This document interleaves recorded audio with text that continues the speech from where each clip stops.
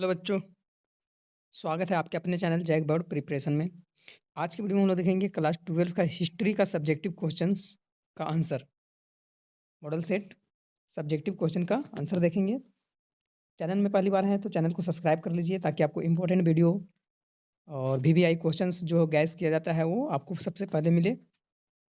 चलिए शुरू करते हैं। क्लास 12 इतिहास का सब्जेक्टिव क्वेश्चन का आंसर 30 तक जो है वो 30 तक रहता है ऑब्जेक्टिव, जिसका वीडियो बन चुका है। नहीं देखे हैं तो जाके देख लीजिए, प्लेलिस्ट में सारा का सारा क्लास 12 10 सबका वीडियो बना हुआ है। तो 31 नंबर क्वेश्चन है, अति लघु उत्तरीय प्रश्न रहता है जिसमें कि 6 का आंसर देना है आपको। 6 का आंसर देना है। 31 नंबर क्वेश्चन है, सिंधु घाटी की सभ्यता को हड़प्पा सभ्यता भी क्यों कहा जाता है? सिंधु घाटी सभ्यता जो है, सिंधु घाटी सभ्यता को हड़प्पा सभ्यता के नाम से भी जाना जाता है। हड़प्पा सभ्यता को सिंधु घाटी सभ्यता भी बोला जाता है और सिंधु घाटी सभ्यता को हड़प्पा सभ्यता भी बोला जाता है। आखिर ये क्यों, ऐसा क्यों? तो सिंधु घाटी को हड़प्पा सभ्यता इसलिए कहा जाता है क्योंकि हड़प्पा सभ्यता नामक स्थान पर ही सर्वप्रथम 1922 ईस्वी में रखालदास बनर्जी ने उत्खनन में के द्वारा जो है वो यह स्थान वहाँ मिला था। सिंधु घाटी सभ्यता को हड़प्पा सभ्यता क्यों बोला जाता है? तो इसलिए बोला जाता है कि सिंधु घाटी को हड़प्पा सभ्यता इसलिए कहा जाता है क्योंकि हड़प्पा सभ्यता नामक जो है एक स्थान था और सबसे पहले 1922 ईस्वी को हड़प्पा का खोज कब हुआ है? 1922 ईस्वी को रखालदास बनर्जी ने उत्खनन करवाया था और नगर सभ्यता को प्रकाश में लाया और इसके बाद अन्य स्थानों पर पुरातत्व का की खुदाई की गई और सिंधु घाटी सभ्यता का सबसे महत्वपूर्ण नगर होने तथा हड़प्पा में इसी सभ्यता का उत्खनन हुआ, इसके चलते हड़प्पा सभ्यता भी इसको बोला जाता है। 32 नंबर क्वेश्चन है, भारतीय पुरातत्व का जनक है ना? भारतीय पुरातत्व का जनक किन्हें कहा गया है? भारतीय पुरातत्व का जनक किन्हें कहा गया है? तो भारतीय पुरातत्व सर्वेक्षण के सबसे पहले जो है वो महानिदेशक अलेक्जेंडर कनिग्म को प्रातः भारतीय पुरातत्व का जनक कहा जाता है। क्वेश्चन क्या है, भारतीय पुरातत्व का जनक किन्हें कहा जाता है? तो भारतीय पुरातत्व सर्वेक्षण प्रथम महानिदेशक जो है अलेक्जेंडर कनिग्म को बोला जाता है ना? भारतीय पुरातत्व का जनक कहा जाता है। उन्हें दिसंबर 1861 में प्रथम पुरातत्व सर्वेक्षणकर्ता के रूप में नियुक्त किया गया था और इन्होंने जो है एएसआई के गठन में महत्वपूर्ण भूमिका निभाई थी। यह जेम्स प्रिंसेप मतलब ही थे ना, ये जो थे वो क्या थे? जेम्स प्रिंसेप थे, जिन्होंने अशोक के शिलालेखों में पढ़ने में सफलता भी हासिल किए थे। 33 नंबर क्वेश्चन है, अशोक के अभिलेखों को सर्वप्रथम किसने पढ़ा? है ना? तो अशोक के लेखों को पढ़ने वाला सर्वप्रथम 1837 ईस्वी में जेम्स प्रिंसेप। कौन? James Prinsep. ऑब्जेक्टिव में भी ये सब क्वेश्चन आ सकता है। अशोक जो है, अशोक के अभिलेख को सर्वप्रथम किसने पढ़ा? तो अशोक के लेखों को पढ़ने वाला सर्वप्रथम जो है 1837 ईस्वी में जेम्स प्रिंसेप ने पढ़ा था। किंतु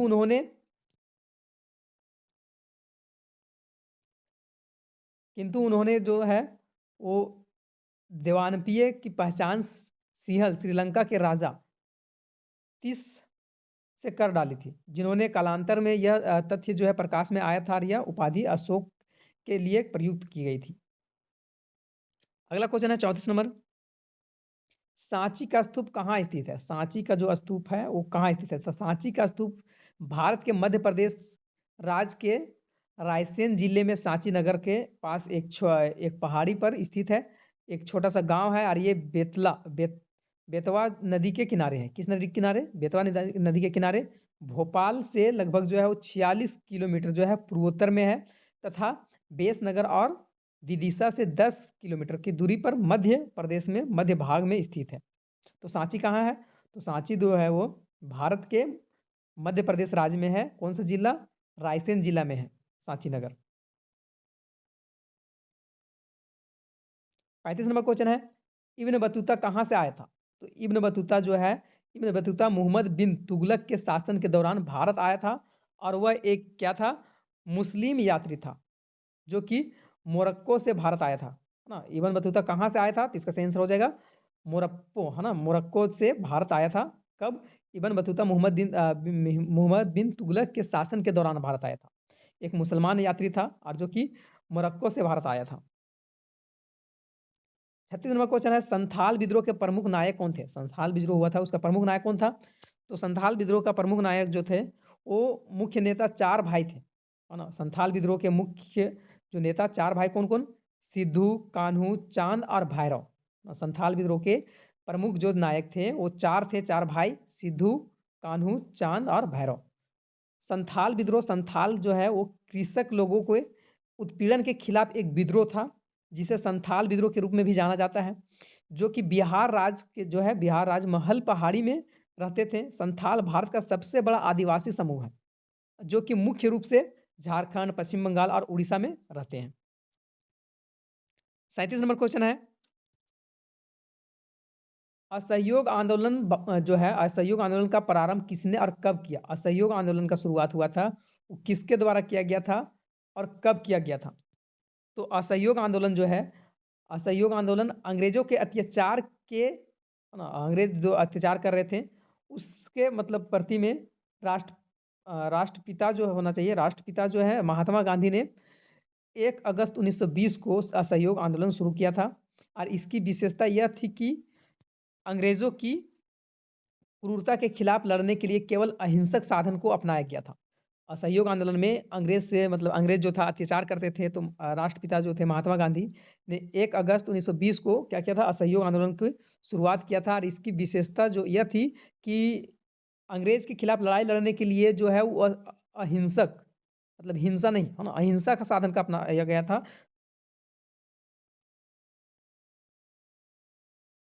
38 नंबर क्वेश्चन है, नालंदा विश्वविद्यालय की स्थापना किसने किया था? नालंदा विश्वविद्यालय जो है उसका स्थापना किसने किया था? नालंदा विश्वविद्यालय का स्थापना किसने किया था?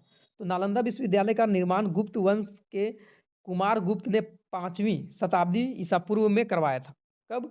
नालंदा विश्वविद्यालय का निर्माण जो है वो गुप्त वंश के राजकुमार कुमार गुप्त 5वीं शताब्दी ईसा पूर्व में करवाया था। उस समय के प्रमुख शासकों जिनमें कन्नौज के राजा हर्षवर्धन पाल शासक और कई विद्वान शामिल थे। उन्होंने नालंदा संरक्षण दिया, शिक्षा प्रतिष्ठा और बौद्धिक आदान प्रदान का स्थान इन्हें इतिहासकारों द्वारा दुनिया का पहला जो है आवासीय विश्वविद्यालय माना जाता है। दुनिया का सबसे पहला आवासीय विश्वविद्यालय, जहाँ मतलब रह के विद्यार्थी लोग रह के पढ़ सकता था, नालंदा विश्वविद्यालय। तो ये किसके द्वारा स्थापना किया गया था नालंदा विश्वविद्यालय का? तो नालंदा विश्वविद्यालय जो है वो गुप्त वंश के कुमार गुप्त के द्वारा 5वीं शताब्दी ईसा पूर्व, मतलब ईसा मसीह के जन्म से पहले, ईसवी के बात नहीं हो रहा है, ईसा पूर्व के बात हो रहा है, उस समय किया गया था। तो ये जो था वो अति लघु उत्तरीय प्रश्न था। अब देखेंगे लघु उत्तरीय प्रश्न, जो क्वेश्चन नंबर 39 से शुरू होता है। ये 3 नंबर का रहेगा, 6 क्वेश्चन। इससे पहले वाला 2 नंबर का था, 6 क्वेश्चन। क्वेश्चन क्या है? हड़प्पा सभ्यता के धार्मिक जीवन का वर्णन करना है। हड़प्पा सभ्यता में धार्मिक जीवन किस तरह के था, किस तरह का धर्म मानता था, किस तरह का जीवन जीता था, उसके बारे में पूछा है। तो सभी प्राचीन सभ्यताओं में समान हड़प्पावासी प्रकृति के उपासक थे। प्रकृति के प्रति मुहरों, वृक्ष, जल, अग्नि, पेड़ पौधा, पशु पक्षियों के चित्र इस बात को प्रमाणित करते हैं कि अनेक देवी देवताओं भी वे आस्था में रखते थे, मतलब आस्था रखते थे, अनेक देवी देवताओं पर आस्था रखते थे, मतलब देवी देवताओं पर विश्वास रखते थे। विशेषतः जो है वो मातृ देवी की पूजा भी करने के लिए अनेक प्रमाण मिला है। मातृ देवी का जो वहाँ पूजा करते थे। और इससे एक ऑब्जेक्टिव क्वेश्चन भी है, मातृ मतलब वहाँ मातृ सतात्मक था, है ना? तो मातृ देवी की माता तथा शक्ति का प्रतीक माना जाता है। पुरुष में पशुपति महादेव शिव का पूजा किया जाता था, करने का प्रमाण मिला है। एक मुहर से मिला है जिस पर चारों तरफ पशुओं से घिरे एक योगी योगेश्वर अंकित है। शिव के अनेक रूप का पूजा की जाती थी, विशेषकर लिंग यौन एक जो है के रूप में पूजा करने के मतलब प्रमाण मिला है। स्त्री का भी पूजा किया जाता था, कहीं-कहीं इसका भी मतलब ये मिला है। वृक्षों में पीपल का वृक्ष जो है उसका पूजा किया जाता था। तो ये था हड़प्पा के लोग जो था धार्मिक जीवन किस तरह का था, तो उसके लिए। 40 नंबर क्वेश्चन है, अभिलेख से क्या आप समझते हैं? अभिलेख से आप क्या समझते हैं? अभिलेख जो है उससे आप क्या समझते हैं? इनका क्या महत्व है? अभिलेख जो है वो क्या है और इसका क्या महत्व है? तो अभिलेख से तात्पर्य पत्थर पर उत्कीर्णीय किए गए उन शिलालेख को कहा जाता है जो प्राचीन काल में राजा आदि अपने आदेश तथा अपने घोषणाओं द्वारा जो है अथवा संदेशों आदि को पत्थर पर उत्कीर्णीय करवाकर उन्हें जगह-जगह पर लगवा देते थे। फिर से देखते हैं, अभिलेख से आप क्या समझते हैं या क्या काम था, इसका क्या महत्व था?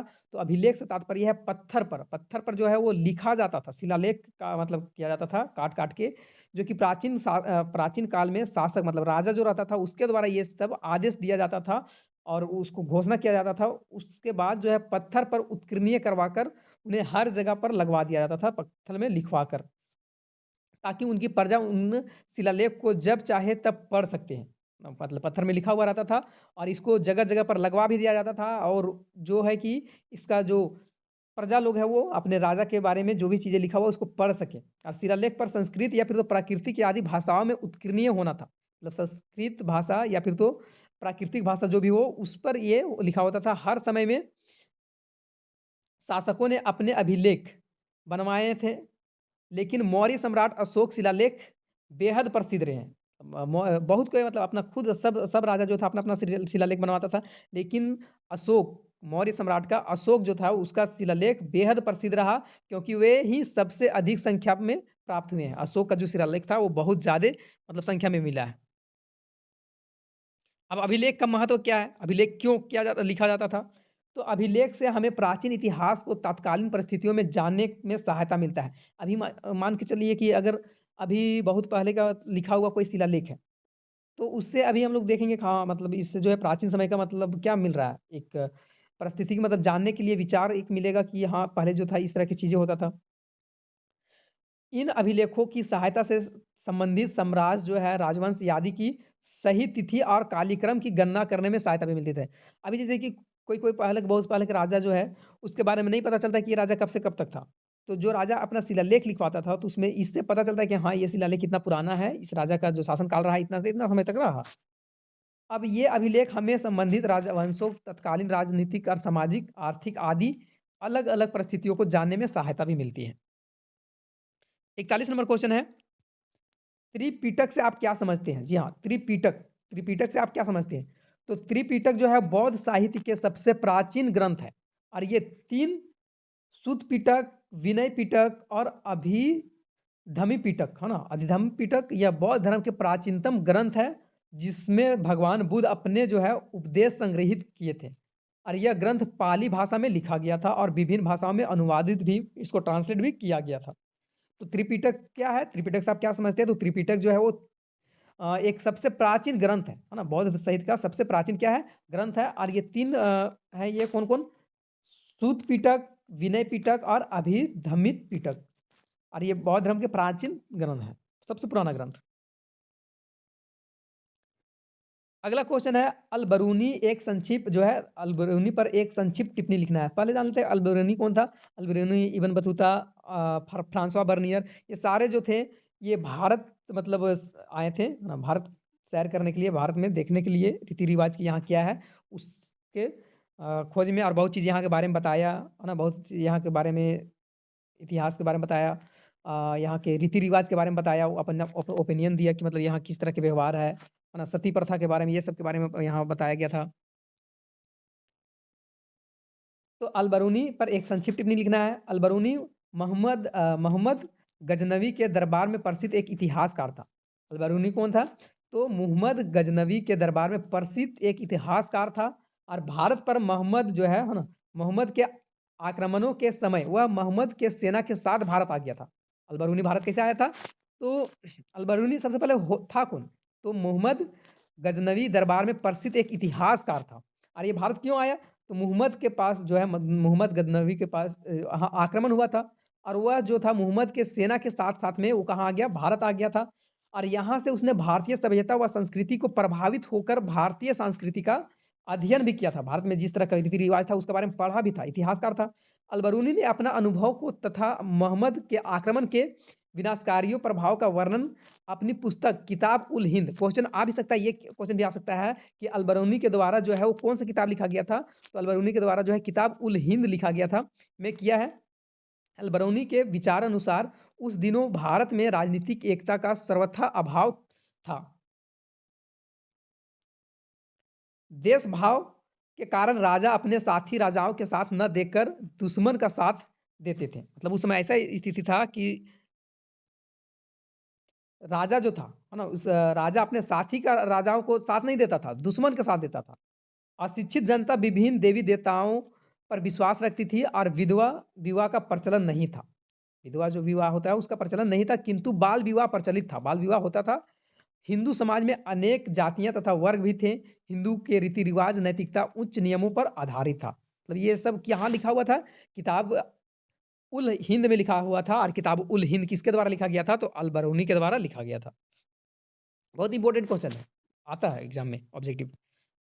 43वां क्वेश्चन है सगुण भक्ति और निर्गुण भक्ति परंपरा क्या है? बताइए। सगुण भक्ति, है ना? अच्छा भक्ति और एक निर्गुण भक्ति, मतलब भक्ति तो कोई भक्ति जो है अच्छा भक्ति करता है, कोई तो निर्गुण वाला भक्ति करता है। तो ये दोनों में क्या अंतर है? क्या परंपराएँ हैं? बतलाने बोला है क्वेश्चन। तो निर्गुण में आकर नहीं, है ना? निर्गुण में आकार नहीं और सद्गुण में आकार है ना? निर्गुण में आकार नहीं है और सद्गुण जो है उसमें क्या है? सगुण में आकार है। सगुण भक्ति से अर्थ है कि प्रभु के अवतारों को मानना, प्रभु के जितना भी अवतार हुआ जैसे कि राम अवतार हुआ, कृष्ण अवतार हुआ, तो जैसे राजाओं के जैसे राजा दशरथ के पुत्र राम की भक्ति कसा निगुण भक्ति के निगुण भक्ति से खर्च है, कण-कण में व्याप्त प्रभु का मानना है, उसका कोई रूप नहीं है। वह जन्म ही नहीं लेता है, वह तो केवल हृदय में रहता है। अगला जो है गौपुरम से आप क्या समझते हैं? गौपुरम से आप क्या समझते हैं? तो गौपुरम मंदिरों का प्रवेश द्वार कहा जाता है, ऑब्जेक्टिव क्वेश्चन में भी आता है। गौपुरम से आप क्या समझते हैं? तो गौपुरम जो है वो मंदिरों का प्रवेश द्वार को कहा जाता है। वीवीआई क्वेश्चन ये है। सब्जेक्टिव से भी ऑब्जेक्टिव वीवीआई निकलता है, सब्जेक्टिव से ही ऑब्जेक्टिव का वीवीआई निकलता है। तो इसलिए गौपुरम से आप क्या समझते हैं? तो गौपुरम मंदिरों का प्रवेश द्वार को कहा जाता है। वीवीआई क्वेश्चन है ये, ऑब्जेक्टिव क्वेश्चन में भी बताए हैं, आप लोग देख लीजिएगा। विजयनगर शासक ने मंदिर में गौपुरम का निर्माण करवाया था और अत्यधिक विशाल एवं ऊंचे होते थे और यह संभवतः सम्राट की ताकत का याद दिलाता था जो ऊंची मीनार बनाने के सक्षम होती थी। मतलब राजाओं के यहाँ जो कौन राजा कितना शक्तिशाली है, ऊंचा जितना ज्यादा ऊंचा मीनार बनाए वो सक्षम हो। 45 नंबर क्वेश्चन है 1857 की क्रांति के तत्कालीन कारण को बताएं। 1857 में क्रांति हुआ था, वो उसका तत्कालीन कारण क्या था? क्यों हुआ था? क्रांति होने का रीजन क्या था? आंसर देखते हैं। 1857 ईस्वी के विद्रोह का एक प्रमुख कारण सैनिक में व्याप्त असंतोष था, है ना? सैनिक लोग जो था वो खुश नहीं था। सैनिक का असंतोष ही विद्रोह का तत्कालीन कारण बना था। भारतीय सैनिक को उच्च पद, वेतन और अन्य सुविधाओं से वंचित रखा गया था। भारतीय जो भी भारत के सेना लोग रहता था उसको वेतन अधिक नहीं मिलता था, सुविधा नहीं मिलता था, उससे वंचित रखा जाता था। उन्होंने इच्छा अनुसार कभी भी नौकरी से निकाला जा सकता था, परमानेंट नहीं था, है ना? परमानेंट जो था नौकरी वो नहीं था, कभी भी निकाला जा सकता था। लॉर्ड कैनिन ने जनरल जो है सर्विस इनलिस्टमेंट एक्ट द्वारा भारतीय सैनिकों को समुद्र पार भेजने की व्यवस्था भी किया गया था और यह भारतीयों के लिए धर्म के खिलाफ समझी जाती थी और इससे भारतीय सैनिक का भावनाओं में को जो है वो ठेस पहुंचा और 1857 ईस्वी में सैनिक एनफील्ड राइफल दी गई। इसके कारतूस को दांत से काटना पड़ता था, जो कि यह अफवाह फैल गया था कि ये जो है गाय और सूअर के चर्बी मिला हुआ रहता था। मतलब ऑटोमेटिक राइफल नहीं था, एक बार जो है दांत से खींचना पड़ता था उसके बाद डाल के, है ना? इससे हिंदू और मुसलमान सैनिक भी भड़क उठे थे। मार्च 1857 में वैरक वैरकपुर छानवी में सिपाही मंगल पांडे ने अपने अधिकार की हत्या कर दी, अधिकारियों को हत्या कर दिया और इसके साथ ही पूरे भारत में यह विद्रोह जो था वो भड़क उठा था। 46 नंबर क्वेश्चन है बासरा और बेसरा से आप क्या समझते हैं? बासरा और बेसरा से आप क्या समझते हैं? तो सूफियों के दो संप्रदाय थे, बासरा और बेसरा। बासरा वे जो शरीयत है ना, शरीयत के आदेशों का पालन करते थे और बेसरा का मानने वाले जो मजदूर जो थे, मजबूत कलंदर आदि थे जो कि जानबूझकर शरीयत के आदेशों का उल्लंघन करते थे। समाज में इन्हें आदरणीय नहीं माना जाता था। सूफियों की कब्र दरगाह कहलाती थी और यह बहुत ही पवित्र माना जाती थी। फिर से इसको एक बार समझते हैं कि सूफियों के दो संप्रदाय थे, क्या-क्या था? बासरा और बेसरा। बासरा वे जो शरीयत के आदेश का पालन करते थे।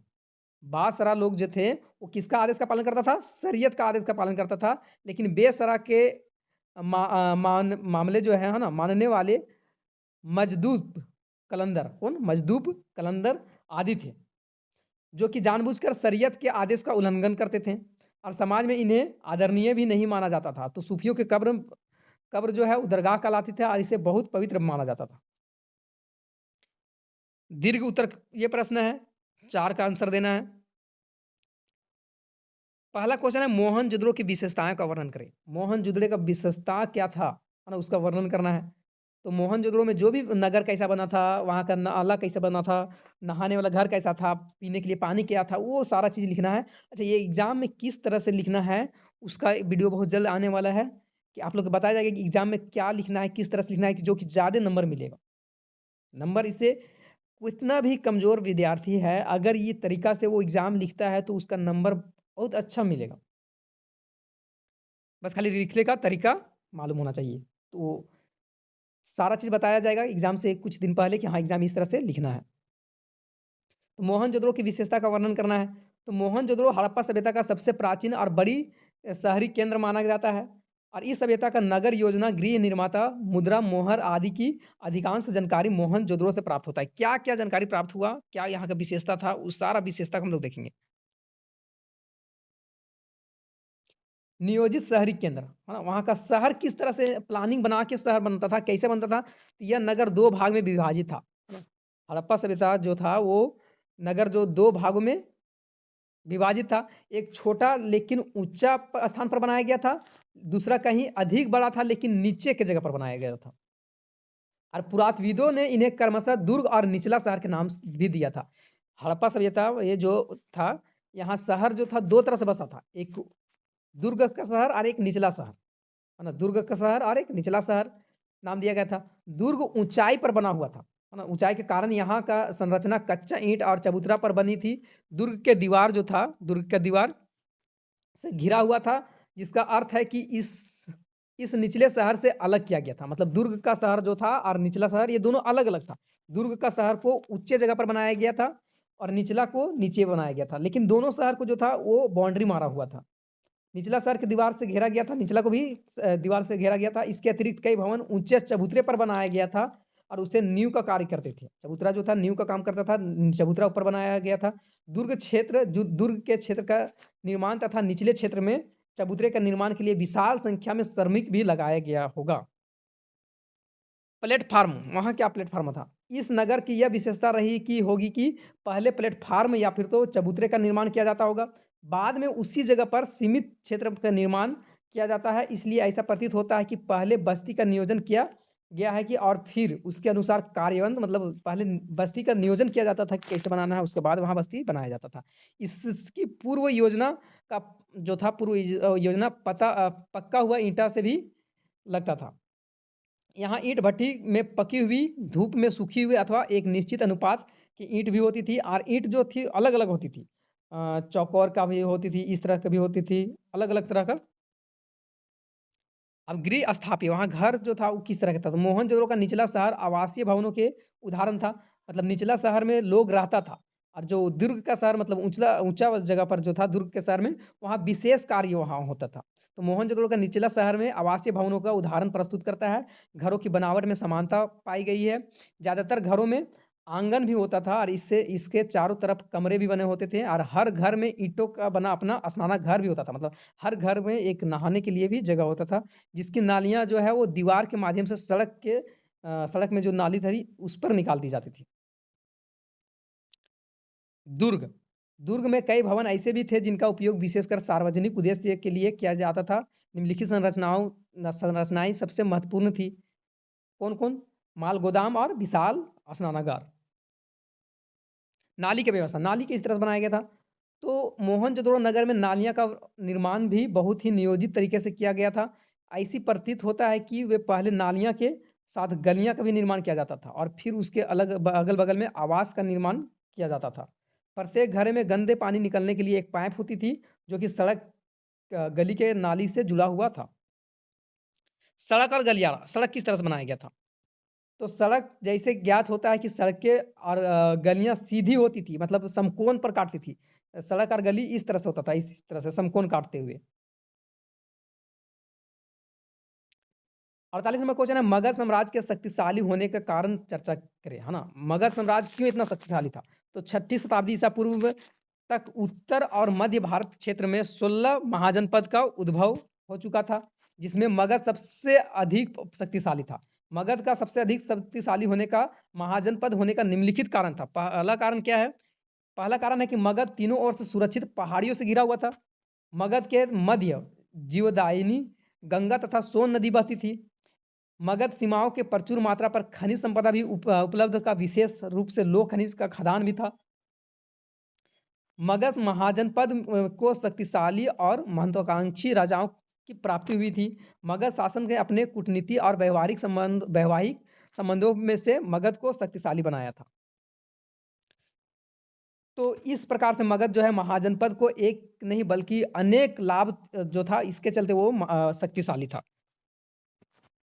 बहुत सारा ऐसा देश भी होता है कि जिसको कि प्रकृति का भी ये मिल जाता है सुरक्षा। जैसे कि भारत है, भारत के इधर से पहाड़ जो है, हिमालय पर्वत, इससे सुरक्षा मिलता है, उधर से समुद्र से सुरक्षा मिलता है। इसी तरह से प्रकृति से भी क्या है, सुरक्षा मिलता है। 49 नंबर क्वेश्चन है, वर्ण व्यवस्था और जाति व्यवस्था पर अलबरूनी का विवरण परीक्षण कीजिए। हाँ, वर्ण व्यवस्था और जाति व्यवस्था पर अलबरूनी का विवरण देना है। तो अलबरूनी ने भारतीय सामाजिक व्यवस्था का गहरा अध्ययन किया है। उस समय वैदिक वर्ण व्यवस्था जाति व्यवस्था में बदल गया था, इसलिए उसने देखा कि भारतीय समाज 4 वर्ण में विभाजित था। भारतीय समाज जो है 4 वर्ण में विभाजित था। कौन-कौन? ब्राह्मण, क्षत्रिय, वैश्य और शूद्र। ब्राह्मण, क्षत्रिय, वैश्य और शूद्र। इन वर्णों का उत्पत्ति से संबंध में जो है उसने लिखा कि ब्राह्मण के सिर से ब्राह्मण के कंधों तथा हाथ से क्षत्रिय, जंघा का वैश्य तथा पैरों की शूद्र की उन्नति हुई थी। इसमें ब्राह्मण सर्वश्रेष्ठ माना जाता था और शूद्र जो था सबसे नीचे माना जाता था। ये जब अलबरूनी जब ये भारत आया तो उसने यहाँ का समाज देखा तो ब्राह्मण, क्षत्रिय, वैश्य और शूद्र में बटा हुआ था। सबसे ऊंचा में आता था ब्राह्मण और सबसे नीचे कौन आता था? शूद्र लोग आता था। सबसे नीचे में शूद्र और सबसे ऊंचे में, सर्वश्रेष्ठ में जो है वो ब्राह्मण लोग आते थे। अलबरूनी ने इन जातियों का उपजाति का भी उल्लेख करता है। सभी जातियों का अपना अपना अलग अलग व्यवसाय होता था। हर जाति का अपना व्यवसाय होता था तथा दूसरे व्यवसाय करना अपराध माना जाता था। जैसे कि अगर अभी जो ब्राह्मण होता था उसका ब्राह्मण पूजा करवाना काम होता था। पूजा ये यज्ञ हो गया, ये सब करवाना काम होता था। लेकिन जो शूद्र है वो यज्ञ या ये सब नहीं करवा सकता है। मतलब सबका अपना काम था, अपना काम ही करना था और अगर अपने काम के अलावा दूसरा का कार्य किया जाता है तो वो अपराध माना जाता था। उसने विशेष अंत्यज समूह का उल्लेख किया है जो उनके अनुसार जो है शूद्र जाति जो है शूद्र जाति से निम्न थे। अंतजय की 8 श्रेणी के बारे में उसने लिखा है कि इसमें चमरकार, टोकरी बुनने वाला, बाजीगर, जुल्हा, मछुआरा, शिकारी आदि भी आते थे।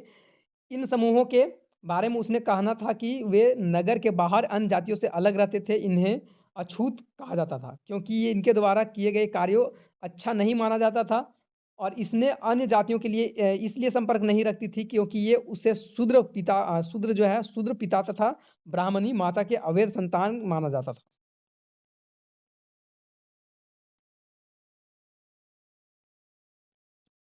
ब्राह्मण जाति के उपजाति जैसे इसिन, अग्निहोत्री, दीक्षित का वर्णन अलबरूनी ने किया है। उन्होंने उनके अनुसार जो है अलबरूनी के अनुसार ब्राह्मण वर्ग के आश्रम व्यवस्था का पालन करना अनिवार्य था। इस व्यवस्था में ब्राह्मणों को 25 वर्ष तक अध्ययन करना तथा ब्रह्मचारी का पालन करना होता था। उन्होंने जो है उनके बाद 50 वर्ष तक गृहस्थ जीवनी जो है तथा उसके बाद सन्यासी जीवन का मोक्ष प्राप्ति करना होता था।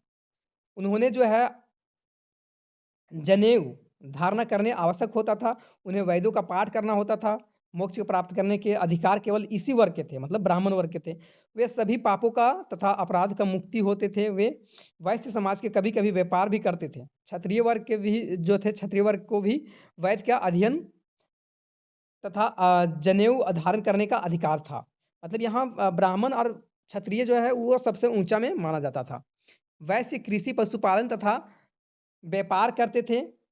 उन्हें भी अनेक जो वैश्य होता था वो पशुपालन करता था और व्यापार भी करता था। उन्हें भी जनेऊ धारण करने का अनुमति थी, परंतु वैदों का पाठ करने का अधिकार नहीं था, मतलब पाठ नहीं कर सकते हैं।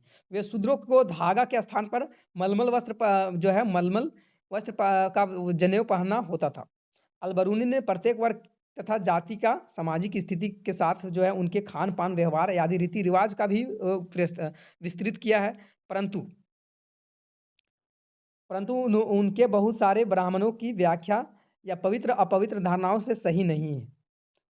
उसने जो है अंतज अंत्यज जाति के आर्थिक उपयोगिता के बारे में नहीं लिखा था और न ही उसने जो है वो राजपूत जाति का उल्लेख किया है, जबकि इस वर्ग के उन समय राजनीतिक महत्व था। फिर भी अल-बरूनी ने वर्ण तथा जाति का विवरण में आलोचनात्मक दृष्टिकोण अपनाया है और इसलिए उसके द्वारा दिया गया वर्णन महत्वपूर्ण हो जाता है।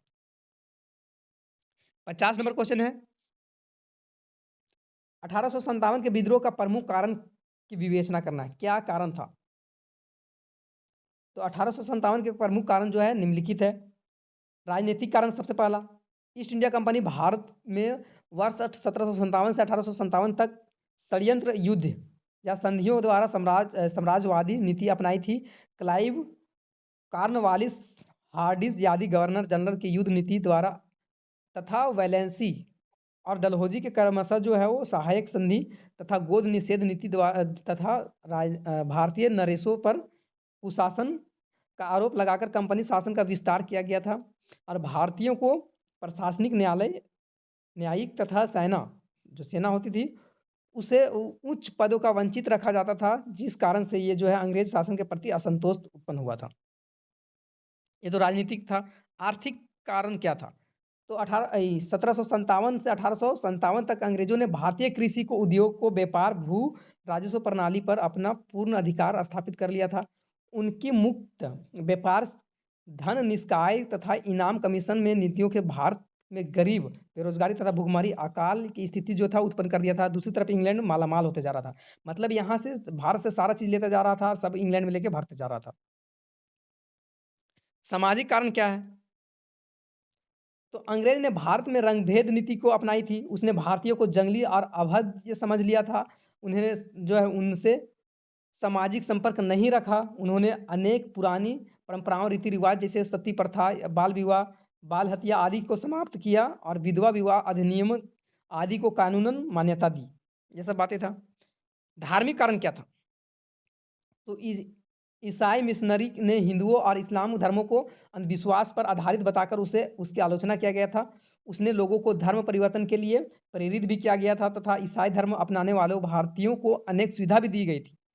सैनिक कारण क्या था? सैनिक कारण तो अंग्रेजों ने भारतीय सैनिक के सहायता से भारत अपना शासन स्थापित किया था भारत में, परंतु सैनिक में भी कई बातों पर लेकर असंतोष था। सेना में भारतीय नस्ल के आधार पर की जाती थी। भारतीय को केवल निम्न सैनिक पद पर नियुक्त किया जाता था, उन्हें कम वेतन भी दिया जाता था। तत्कालीन कारण क्या था? तो 1856 में सैनिक में जो है नई एनफील्ड राइफल जिसमें गाय और सुअर के चर्बी से जो बनी कारतूस लगाई गई थी, जिससे असंतोष हुआ था। हिंदू मुस्लिम जो था वो गाय के और सुअर का चर्बी को मतलब दांत से एक बार काटना पड़ता था, उसके बाद वो गोली चलता था। तो ये था। 51 नंबर क्वेश्चन है, भारतीय राष्ट्रीय आंदोलन में गांधी जी का भूमिका का वर्णन करना है। भारतीय राष्ट्रीय आंदोलन जितना भी हुआ भारत में राष्ट्रीय आंदोलन, उसके गांधी जी की क्या मतलब भूमिका था उसके बारे में बताना है। तो गांधी जी भारतीय राजनीति में प्रवेश के पूर्व राष्ट्रीय आंदोलन भारत के मुट्ठी भर शिक्षित वर्ग तक ही सीमित था। कांग्रेस के आरंभिक काल से उदार सदस्यों का प्रभाव था। भारत के विभिन्न क्षेत्रों में शिक्षित लोग और उन्हें अंग्रेज पर शासन का पूर्ण विश्वास था।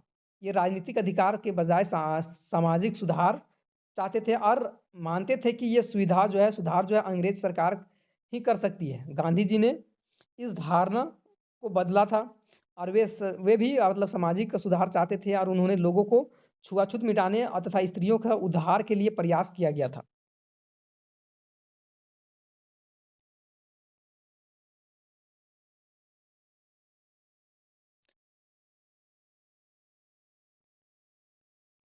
बावन नंबर क्वेश्चन है लास्ट। कृष्णदेव राय विजयनगर के महानतम शासक थे। कैसे? कृष्णदेव राय जो थे विजयनगर के महान शासक थे। कैसे थे?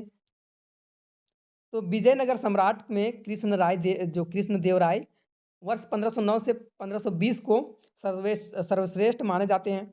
वह तुलुक वंश का था और उसने जो है उसे इसका वास्तविक संस्थापक माना जाता है।